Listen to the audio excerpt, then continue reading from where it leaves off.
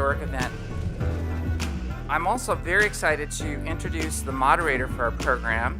She's also the first African-American woman to be the director of NASA Johnson Space Center, Vanessa Wyche. I'm happy to be here with you all at Space Center Houston.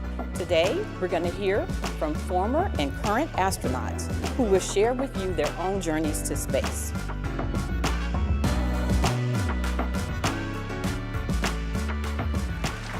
Robert Curbeam, Jeanette Epps, Bernard Harris, Leland Melvin, Stephanie Wilson, Victor Glover,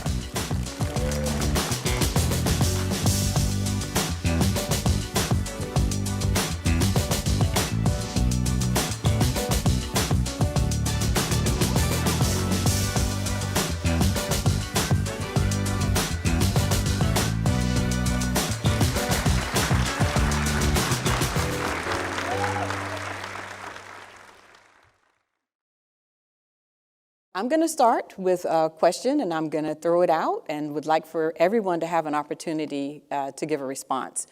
Describe to us a picture of who you thought you would be as a student or young child. What were you studying, and what type of person did you think you could be? We'll start with Stephanie. Well, when I was in middle school, I was very fortunate that my parents were very supportive and education was very important to them.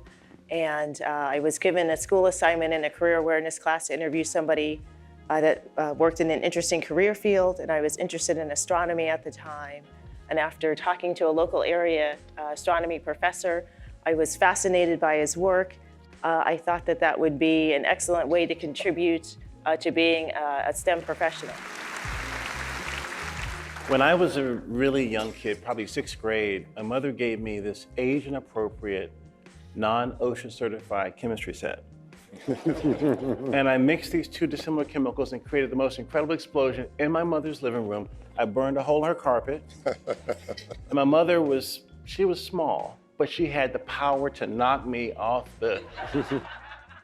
But it was that moment that I realized that I could be a chemist because I'd already done it. All I needed was a lab coat and goggles.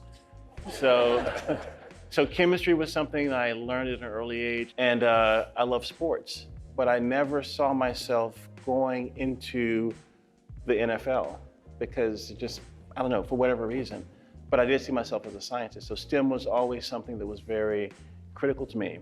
It's funny, I think it all starts with chemistry because my mother was a chemistry teacher. And as I got older, the chemistry set kept getting bigger and bigger.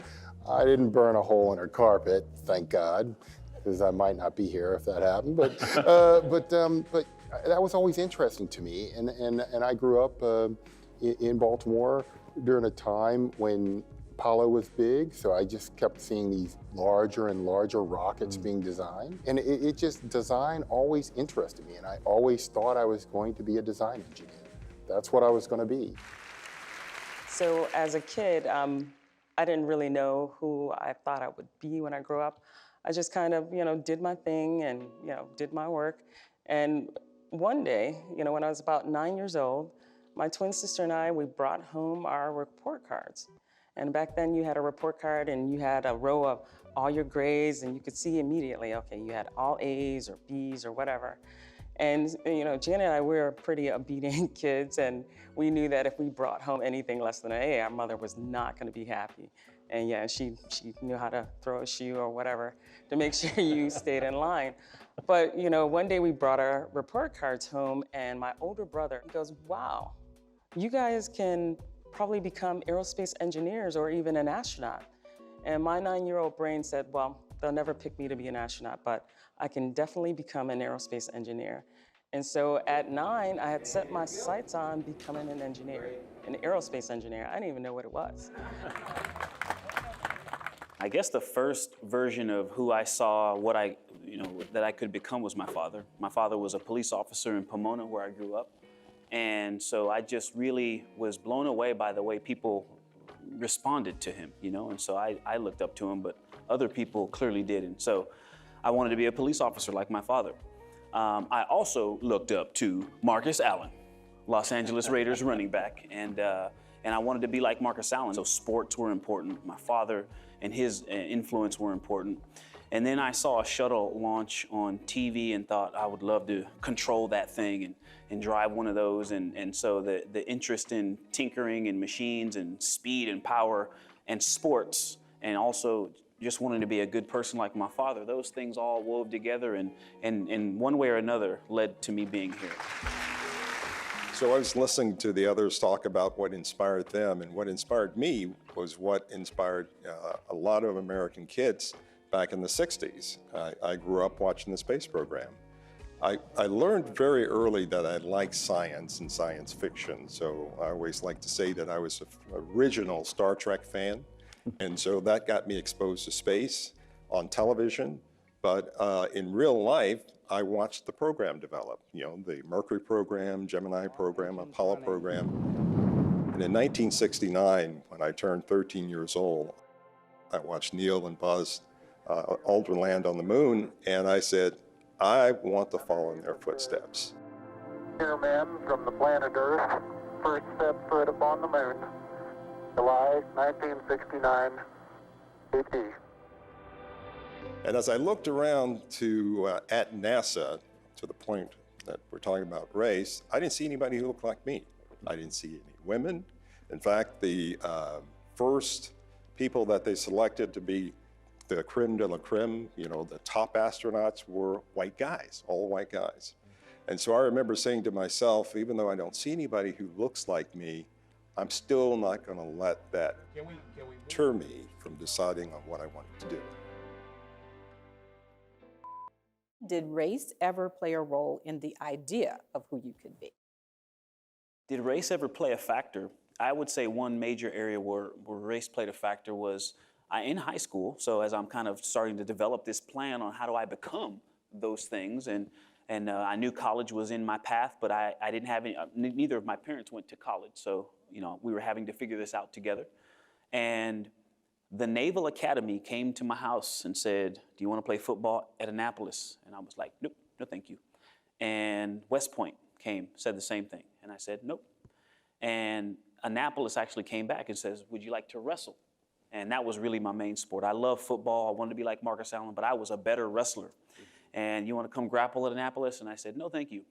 And so I don't know if any of you have seen the movie Boys in the Hood, but the father in that movie is Furious Styles. And the conversation that he has with his son is something very similar to how I felt. It was that there wasn't a place for me in the military.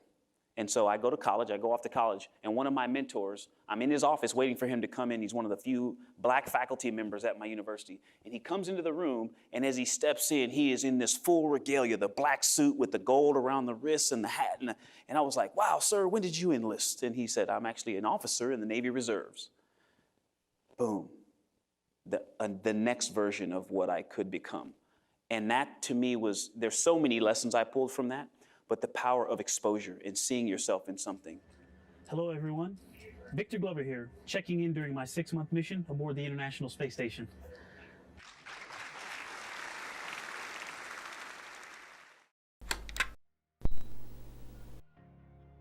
When we were growing up in the 60s, it was interesting to see some of the greatest feats of humankind on the television, little black and white television, but turn the channel and see some of the greatest challenges that we had in the United States at the time. So, watching Martin Luther King at the same time we're going to the moon, it was incredible. Talking to my mom, who was a teacher, who said, would always ask us, what do you want to do when you grow up? What do you want to do when you grow up? And kind of pushing us. And I remember going to her and saying, Mom, I know what I want to be. I want to be an astronaut. And she said, that's nice. And started to turn around, but then again, she turned back, she said, but if that's what you want to do, you can be and do anything that you want. Good time.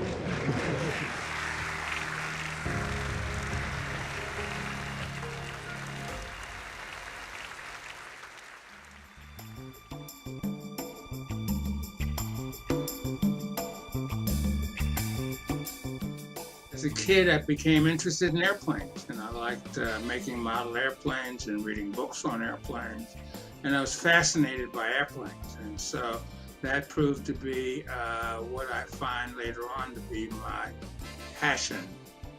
You know, I don't know if I had a vision of who I wanted to be when I was younger, but I will tell you this. I think I was born to be an engineer, and I think specifically I was born to be an electrical engineer. I remember being in, I think it was 7th grade. We had this assignment before we could take off early to go to recess. You had to write down where you saw yourself in, I don't know, 10, 15, 25 years. And I simply wrote down on my little assignment sheet that I want to be able to look up from where I was working and see the curvature of the Earth from space. And I plunked that down on the desk and headed off to recess. My mother was my main inspiration. They discovered art when I was in preschool, and she had me in every art class that ever was. And she got me a library card when I was 4. And we had conversations, and she would talk about astronomy and orbital mechanics and space. I grew up in the segregated South, so I am a son of the South, if you will. Blacks and whites went to separate schools and had separate facilities and everything. But in the mid-50s or so, there were lots of programs on television that talked about life in the military and actually promoted the military. So that's where I saw the Naval Academy. I fell in love with the uniforms more than anything else, and the beauty of what's called the Yard. It's the campus of the U.S. Naval Academy. And it didn't hurt that all the pretty girls from all over the Northeast came there on the weekends looking for husbands.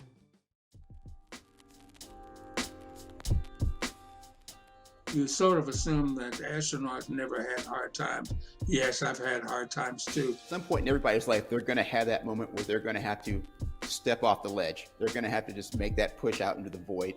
And it's always, always, always going to be a extreme gut check. But I think the important thing is to keep your goal in mind. And my goal was to succeed and eventually become an astronaut, and to be patient enough in order to hang in there. In other words, don't quit. Don't ever let anybody tell you that you can't do something, and always have an alternative plan if things in your life kind of go awry. You never learn a damn thing with your successes. And so the idea of failure is probably the best thing that can happen to people who want lasting success. Because on the next time around, you think your way through a better way, a more creative way to get through to your success. And then it forces you to be creative.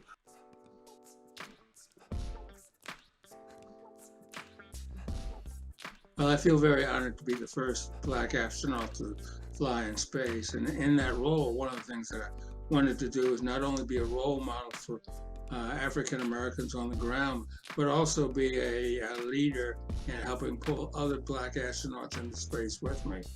It is hugely important to see people who look like you and who can inspire you, especially in fields that you want, because it shows you, I mean, right there, the people that are there that you can touch, that you can feel, that you can reach out to, that you can talk to, that, you know, if they can do it, then there's a chance for me to do it too. When I was first thinking about becoming an astronaut, I asked my father, can Black people become astronauts? Remember, this is just a few years after the Civil Rights Act of '64 had been passed, and there was still a lot of segregation. It didn't go away overnight. And he looked at me, he says, not only can you be an astronaut, there have been people, Black people. There was at least one Black pilot who was selected to be an astronaut. But the fact that he had gone out there and had blazed that trail meant to me as a 5-year-old boy that there was no limit. Nobody's going to stand in my way. The only way I was not going to become an astronaut is if I decided not to become an astronaut. And I needed that role model out there to inspire me. I have a connection to all the African-American astronauts because in some way either we were in the office together and so we share experiences from that, or they came before me and I met them. And it's just a small sorority/fraternity. And we try to support each other, and we get together every once in a while and talk. And so it's a great group to be a part of, and I appreciate each and every one of them.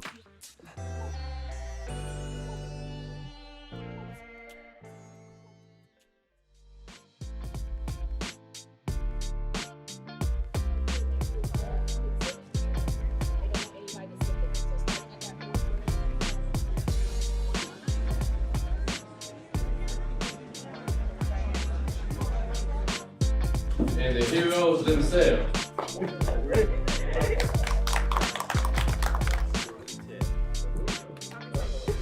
I want to frame this as this is all about you guys because you are our future. And again, he said, ask us anything, but the transparency and the authenticity is so important that you guys go back because you're the leaders.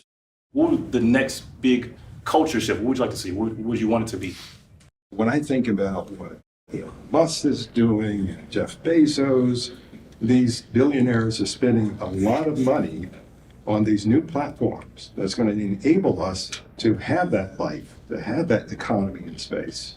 But then when I go to our communities, our Black and brown communities, and see what the kids are doing and seeing whether they're prepared for that future, that's when I'm gonna go, oh, we got a lot of work to do.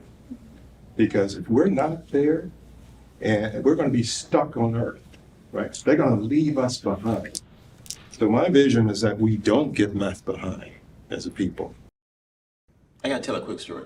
So yesterday, I was in National Car Rental, getting my car, and this little lady was right here. I was like, hey, she saw my NASA shirt on. She said, NASA, oh, is there this thing tomorrow at Space Center Houston? I'm like, yeah, are you coming? Oh, no, I didn't fill out the application. No, I didn't do it. I said, and she was supposed to be off yesterday, right? Mm-hmm. She was there, I was there. And she is here today because she was supposed to be here today to hear this. Chemistry major, gonna rule the world one day, maybe be Elon Musk too. I don't know, right? Right. But this is where it starts. Like we're talking a lot about what we see for the future and like shaping a lot of the stuff for the future. And there's so many schools, so many elementary schools that don't have a lot of funds and et cetera, but people like you come in and they talk and then my life has changed. Now I'm an astronaut. That's crazy. For me, I've always wanted to be a scientist. I've always wanted to work like in NASA. I've always wanted to do, this has been my entire life. Like when I was 2 years old, I drew a permanent marker on the wall, all of my friends, and they were all astronauts, and et cetera. And I've always known what I wanted to do with myself. So it was beautiful that I felt like the universe came in with the confirmation, like, hey, well, you're a little bit nervous about starting classes back up, but here goes Leland. And he comes in with all this positivity and like, yeah, you should do it. And I did. Honestly, coming from places where I came from, I never see anybody aspire to work for NASA to be an astronaut or to be in these fields. So seeing people, these heroes, reaching these heights, it lets me know, hey, you know what, I can do this, it's possible. I often find myself, sometimes having a lack of motivation. I often tell myself I can't do something. If something gets too difficult, or if I just get frustrated, or if I fail too many times at something. It's like I often just see myself kind of like almost giving up. So it's all like, for y'all to be in such, leadership and strong positions, accomplish so much within y'all time, like, how do y'all stay motivated? So one thing that I think about, which can kind of seem like a burden at times, but it can also be the power to keep going. Like I love thinking about the civil rights era and like the fact that when you see them getting off those buses, going to the March on Washington for Jobs and Freedom, say the whole title, they had bags in their hands. They didn't make those sandwiches. There was a party making sandwiches, and then there was a different group of people that took the sandwiches to the people, and then there was a different group of people directing them to get on the buses. They were organized, right? And that work was done so you could sit in this seat. And when you think about that, our legacy runs from the very beginning up to you right now. It's deep, bro. It's your job to keep going. And sometimes that can seem like a burden, but it's also a privilege. We are connected to all that. We come from greatness. What are the emotions that come to your mind when you think about Juneteenth and the role that you play today? Oh, wow. So Juneteenth is a way that we honor the fact that right here, not far from us, after the Emancipation Proclamation was signed, we had slaves that were still enslaved. And it was 2 years after that process that they were able to actually attain the freedom. And so Juneteenth is now received a lot of attention, but it was something that wasn't widely celebrated. And so one, I'm encouraged to know that it's become something that is gaining national and maybe even global attention. But it also is a reminder that, we have come a long way, but we have a long way to go. The person who started the Journal of Negro History and then started Negro History Week, which is what we now celebrate as Black History Month. When he started it, he wrote in the journal, he said, We need not celebrate Negro history. We celebrate the Negro in history. What we need is history void of racial, gender, and religious bias, because it's our story, all of our stories. And so I'm just encouraged that we have a chance now to be a part of telling that story. So Victor, I'm going to ask you, what strategic steps are needed to offer more persons of color in more active roles? There's a lot of things we could do, and we don't have time. We could take all the time we have today to talk about just what we can do. But one thing that we must do is those of us who are already in this enterprise, we have to go and, it's not just like encouraging you. I love this saying. We say that we have space for you. Listen, we need you. We need you.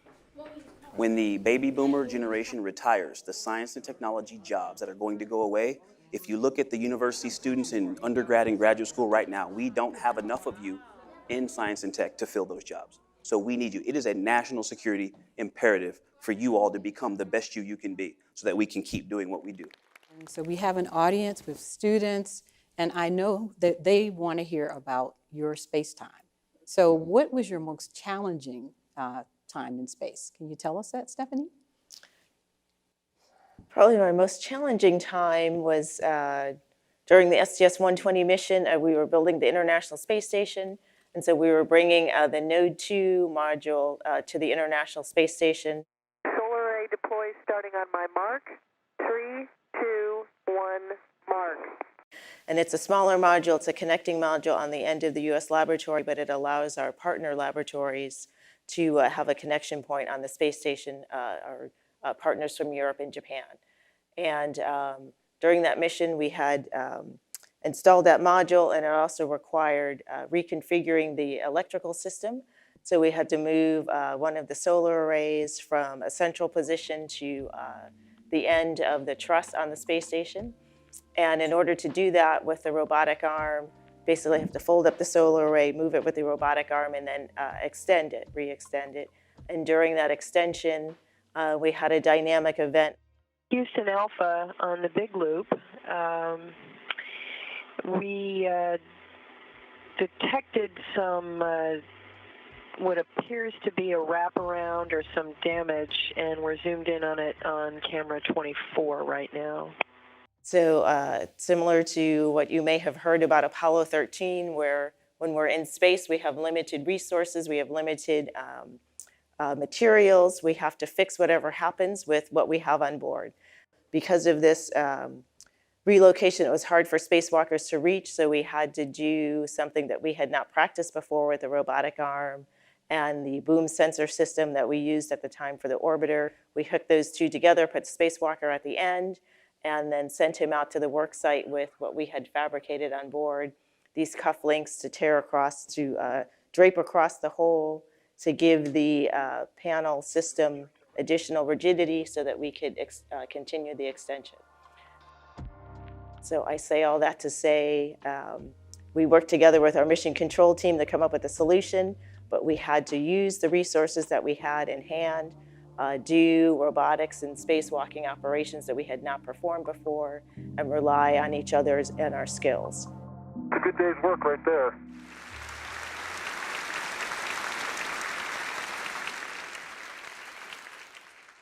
I'm going to go back a little bit because it ties into the story she just told. And so I go into test pilot school, and we, as a class, have to go to a conference. And at this conference, the keynote speaker is Pam Melroy. And Pam Melroy, who is, I believe, the second female shuttle commander, stands up and tells that story. She tells the story about the cufflinks. They use the cufflinks. And she tells that story. And that's the day I decided, all right, I'm throwing an application in. So I also think it's neat how our stories do link together, like you just said, and I think that that's beautiful, this legacy here that continues to grow and evolve.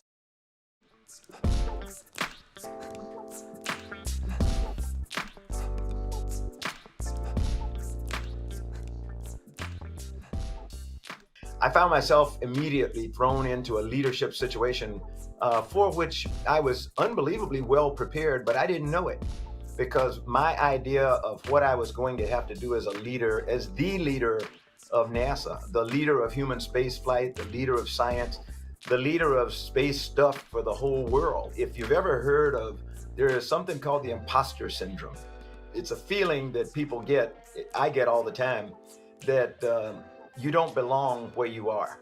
And it's really important for you to recognize that you're suffering from the imposter syndrome, because it is a syndrome. It's not real. You do belong where you are, but you have had people put doubts in your mind for so long. And I have grown up in the segregated South, where I was taught to believe that things like being the NASA administrator or like being the president of the United States were not things to which I should aspire. That's not what Black people did. Where I thought I didn't belong, it turned out that not only did I belong, but I tended to, some people will say I excelled.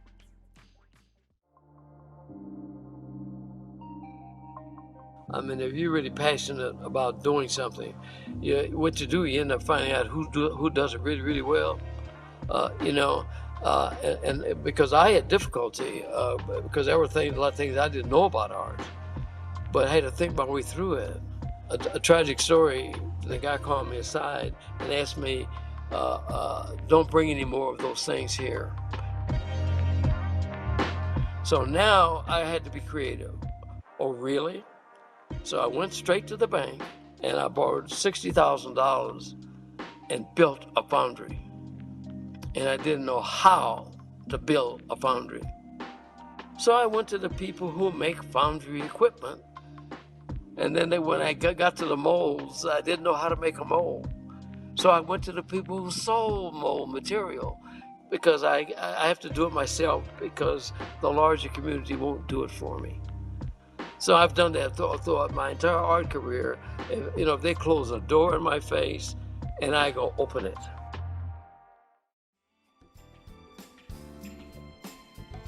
I am inspired. I am very hopeful that in the future there will be more women of color in space, to the point where we cannot name the number, right? The number is irrelevant. As I said, my mother was a librarian, so I grew up loving books and poetry and stuff like that. And my favorite poet is a woman by the name of Nikki Giovanni. She wrote a poem many years ago, and it's called Quilting the Black-Eyed Pea.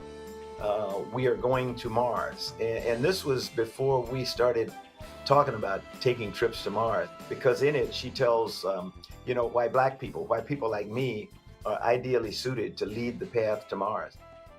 Quilting the Black-Eyed Pea, we're going to Mars. We're going to Mars for the same reason Marco Polo rocketed to China, for the same reason Columbus trimmed his sails on the dream of spices, for the very same reason Shackleton was enchanted with penguins, for the reason we fall in love. It's the only adventure. And that's the way the trip to Mars is going to be. We're going to be holed up in our spaceship, and the first few days we're going to be able to look back at our planet Earth and we'll see this little blue dot. And after a couple of weeks, that little blue dot's going to almost disappear. And there'll come a time somewhere in that 8-month journey when it doesn't make any difference which direction you look. You're not going to know where you're going, and you're not going to know where you came from, because it's all going to look just kind of woo. It's going to be black.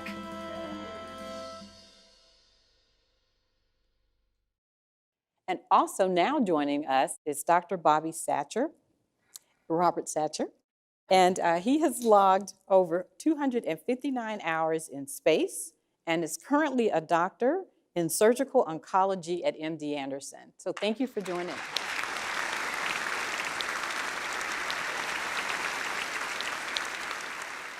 Well, my story is, of course, I grew up in Hampton, Virginia, and there's Langley that was there, and was inspired, to want to try to be an astronaut pretty early on from watching Apollo missions, and of course didn't see anybody that looked like myself during that.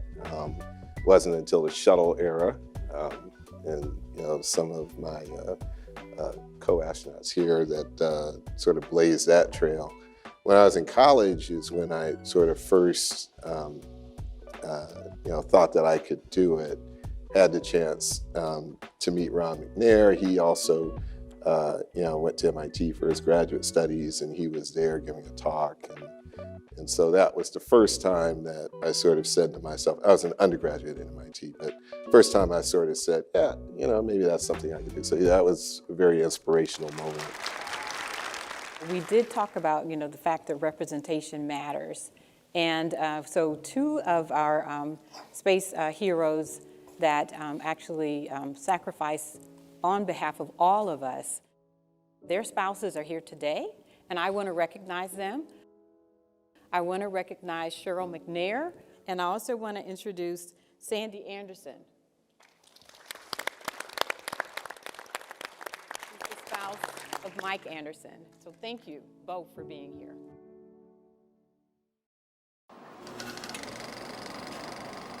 And Jeanette, want to bring you into the conversation. All right, well, my journey is very similar to everyone's here, but there's always these different nuances. You know, we were talking earlier about, you know, you're going to have things to get through, and I think all of us had similar experiences. And, you know, you grew up in segregated areas, and things happen, but I always focus on how do you handle those things when they do occur, because they're going to occur. You know, there's a verse in the Bible that always says that, you know, in this world, you're going to have tribulation, but take heart. I've overcome the world. And so that just tells me that troubles are going to come. And so how do you handle those? And, you know, having a sense of self and knowing who you are and what you're capable of and not letting people feed negative energy into your life is hugely important. But also being a proactive person rather than being reactive has been things that I've stood on for my entire career. I'm like a Black female and aerospace engineer. There was no one that looked like me in aerospace engineering, but that never even dawned on me until I left there. These are the kind of things that I always love to tell students. You know, there's going to be times when you have to figure out who you are, and it's in those tough times that you actually really realize what you're capable of. I really appreciate that, because a lot of times as a person, you get stuck in this place of fear to do something. I don't know if I'm going to fit into this space. I don't know if I should be here. I don't know what I should be doing or how I should be doing it. And you don't do it. you just sit. And it's easy to do that when you don't have people around you. You're not meeting people who are doing things. I think you hit the nail on the head right there. It's all about supporting one another. You know, there's enough threats outside of the tent to fill a whole day. So we have to support each other all the time. If we do that, not a whole lot's gonna stop us. Like, I often limited myself just because, basically like my surroundings, I just thought like the world, like I thought this was my world.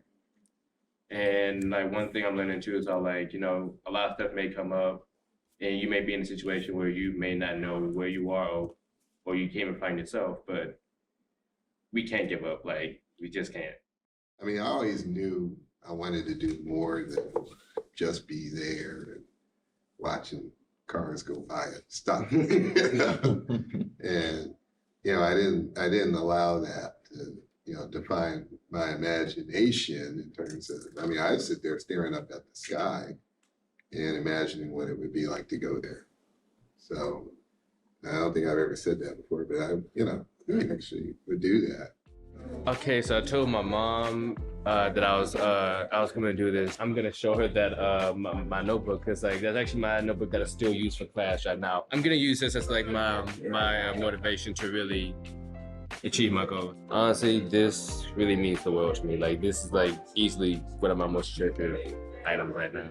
There's not always going to be somebody there to cheer you on. And as much as I would love to be that person. You know, break out your cell phone. I'll make a ringtone for you right now. You can play it every day. But that's not reality. And you're going to have to build something that works for you. So that's one of the important parts of learning and getting around groups of people like this that are diverse. You learn and you add another facet. You put another tool in your toolbox. I always go back to like how my mother, she's very religious for a Christian household, but she always says walk by faith and not by sight, baby. Mm-hmm. So it's something that I feel like the Black community, we have a hard time with, because it's not only what we see, but it's what we're told from other people. So I feel like all of us can do it. I practice it, try to every day, because it's just so hard when the world's like telling you, you can't, or that's impossible, or are you sure you can do that? But it's just like, I'm not walking by what I see, but what I know I can do by faith.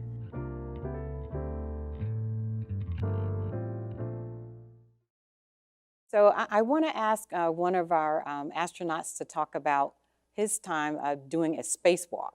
So the record holder for a single spaceflight mission of spacewalks is Robert Curbeam. Can you tell us about what it's like? Hello, Beamer. Oh my gosh, it's an amazing experience, and Bernard can tell you too.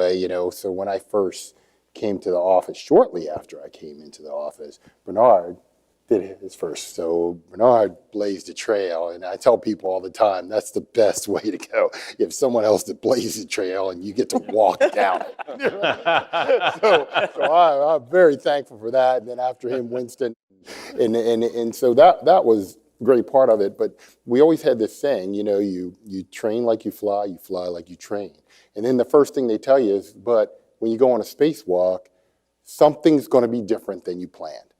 And it is so true. My very first spacewalk, so I'm out there doing my thing, trying to follow the timeline, and all of a sudden, I am reconfiguring some ammonia lines, and one of the valves that is supposed to automatically close does not, and starts spraying me with anhydrous ammonia. And sure enough, training takes over. And, it's kind of funny because I talked to the flight surgeon later. He goes, during the emergency, actually, your heart rate went down. And it's because, the hard work's really done before you go on the spacewalk, when you're getting ready for it. So when things happen like that and your, front of your suit has an inch or two of ammonia ice on it, and later on, you realize that you cannot go back in the spacecraft with this, so you hope that someone has a plan to get it off. And they did. But the lesson learned there is that, it's not actually the act of the event that is hard. It's getting ready for the event. Yep. And that's something I learned from Bernard and other people who told me, look, you have to work hard now so that the actual space flight and the spacewalk is easy.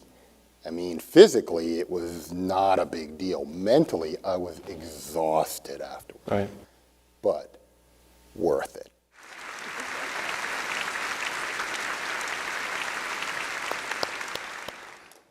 So we're going to open it up to our students. Hi. Hello. What is your work like when you're not in space or training for a mission? There's no average day. Some days I have a lot of meetings, but some days I get to go and scuba dive or full pressure dive at the giant pool that we have, 6 million gallons of water where we train for spacewalks. Or right on the other side of that facility, there's an airport, and we go fly our T-38 high-performance aircraft. One of the biggest things that we have to do is function very well as a team. We go on expeditions where we want to get people to push everyone's limits to see how you act when you're in this heightened state of awareness. We work hard on leadership and teamwork. And so it involves really just spending time together and being intentional. My question today for you all is, do you think everyone should have the opportunity to travel to space? That is a very good question. And the answer to it is yes. Let me fill in the blank. So I think everybody should have the opportunity to go into space, but currently, right now, it's not available for everybody to go. But we have now set the stage for anyone that wants to go into space to go into space. We now have private interests in what's happening in low Earth orbit, particularly in the International Space Station, has opened up all sorts of possibilities. So all of you in this room, I'm just looking at your age group, you have been born in a world where we have been in space, where we lived in space, where we've had people in space 24/7. I grew up, and some of us here that are on the older side grew up, that was not the case. So the possibilities are really endless. How many of you would like to go to space? I love it. Awesome. Excellent. Do it. You can do it.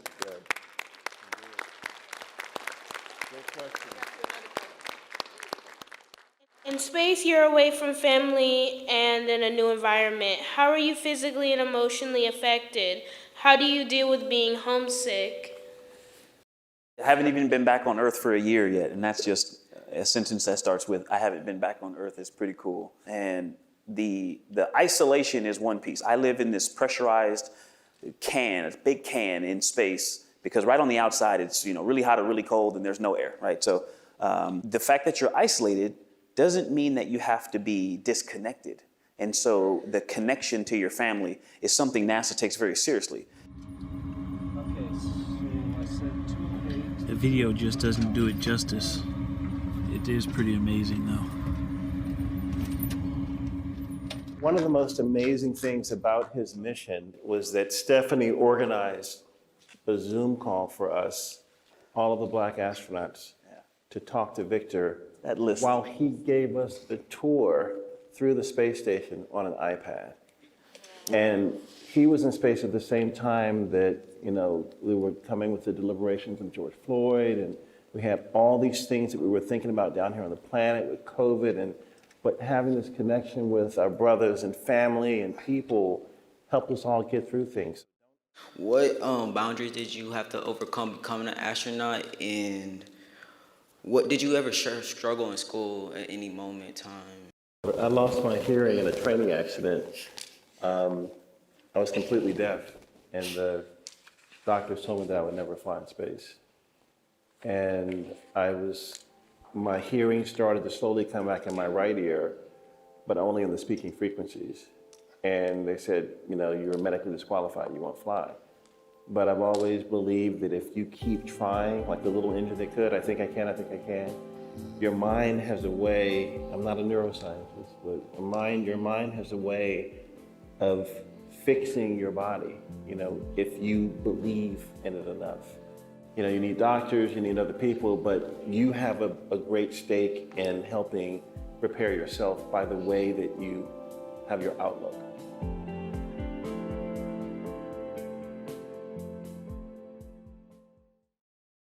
Bernard, I thought it would be good for you to talk about, having a vision and thinking about where do you want to go in life.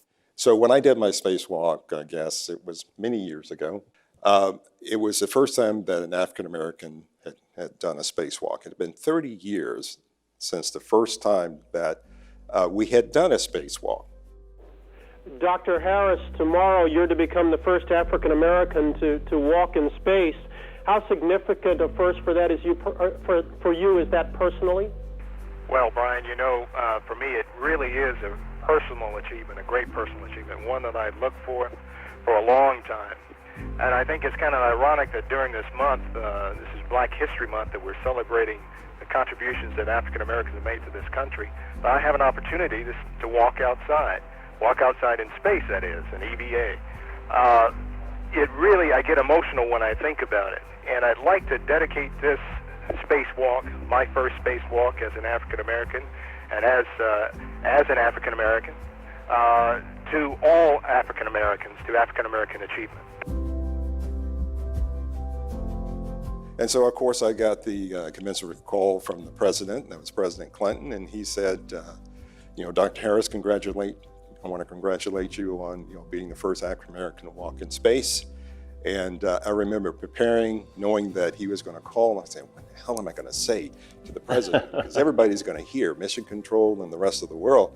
And so I said these words that you've probably heard many times before. I said, Mr. President, thank you for the honor of your call, but I have to tell you that I may be the first, but I will not be the last. Amen. Yeah. And listening to Bob Curbeam, now holding the record, that was true. So what can I say to you that will inspire you? And maybe this statement, I believe that there are three things that I know about everybody in this room. Three things. And if you adhere to these three things, you can accomplish whatever you want to do in life.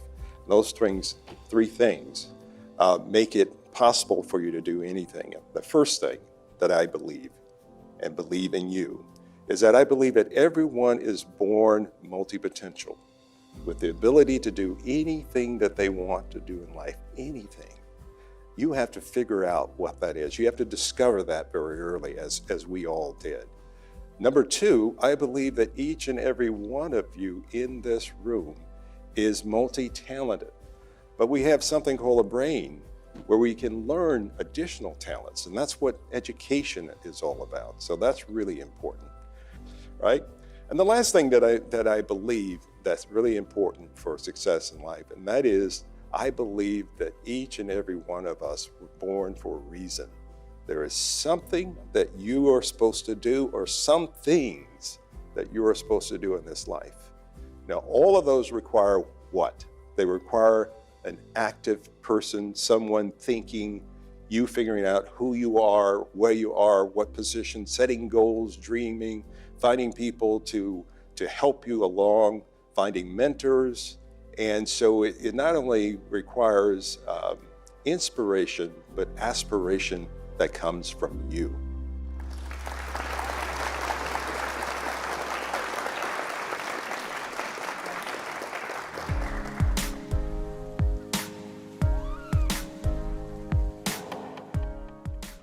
So when I hear the words "the color of space," it brings to mind probably like a box of crayons, in that, you know, it has every color of the rainbow, as they say, and it's very inclusive. And I think that's the way space should be. It hasn't necessarily been that way in the past, but we are on a new trajectory, and we can change that. So when I hear the color of space, the first thing that comes to mind is a standing joke between Leland Melvin and myself about when he was going up on his first flight. And because we go down the hall and I'd raise my fist and I go, "Keep space black, Leland, keep space black." And that went on between us. And when I was in space, I sent an email back to them and I said, doing my best to maintain the blackness of space for everybody. You know, the color of space, it's interesting, the theme of this whole celebration is the color of space. Space is black. It's except for where the stars are, it's the absence of light and the inability to know where you're going.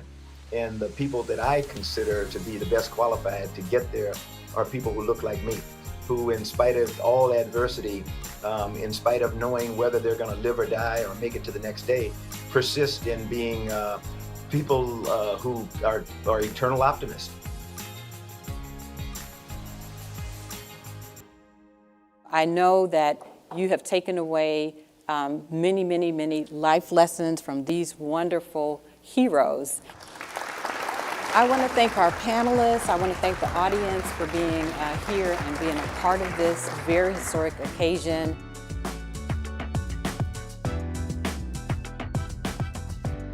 My takeaway from this experience is don't just assume what you can do, but take that step to see that you can do it. Because a lot of times we think, oh, I can't do this, or we take from our experience or what people say or our surroundings, and we're like, well, I can't do this because of what such said or where I'm from. When I was in the gift shop, I was looking at all, the NASA shirts, and it was this one shirt that said, "Failure is not an option," and I said I need that because I need to believe that for myself right now. And so your friends and family, do they know that you're here today? My parents actually don't know, but they will know when I get back home. To come and meet astronauts, that was like the most exciting thing ever. It was really inspiring. Like, I have so many feelings just because, like, one, you'll meet an astronaut every day. During the conversation, it's kind of crazy because I'm very interested in things like quantum mechanics, theory of relativity. So I know this encourages me to keep going, I'm going to keep watching, keep learning. They're just like us.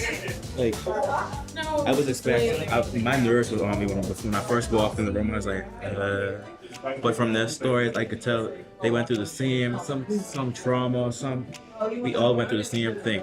And that just opened up like a level in my mind where I'm like, okay, time to scribe, time to pick up the slack, time to do what I gotta do.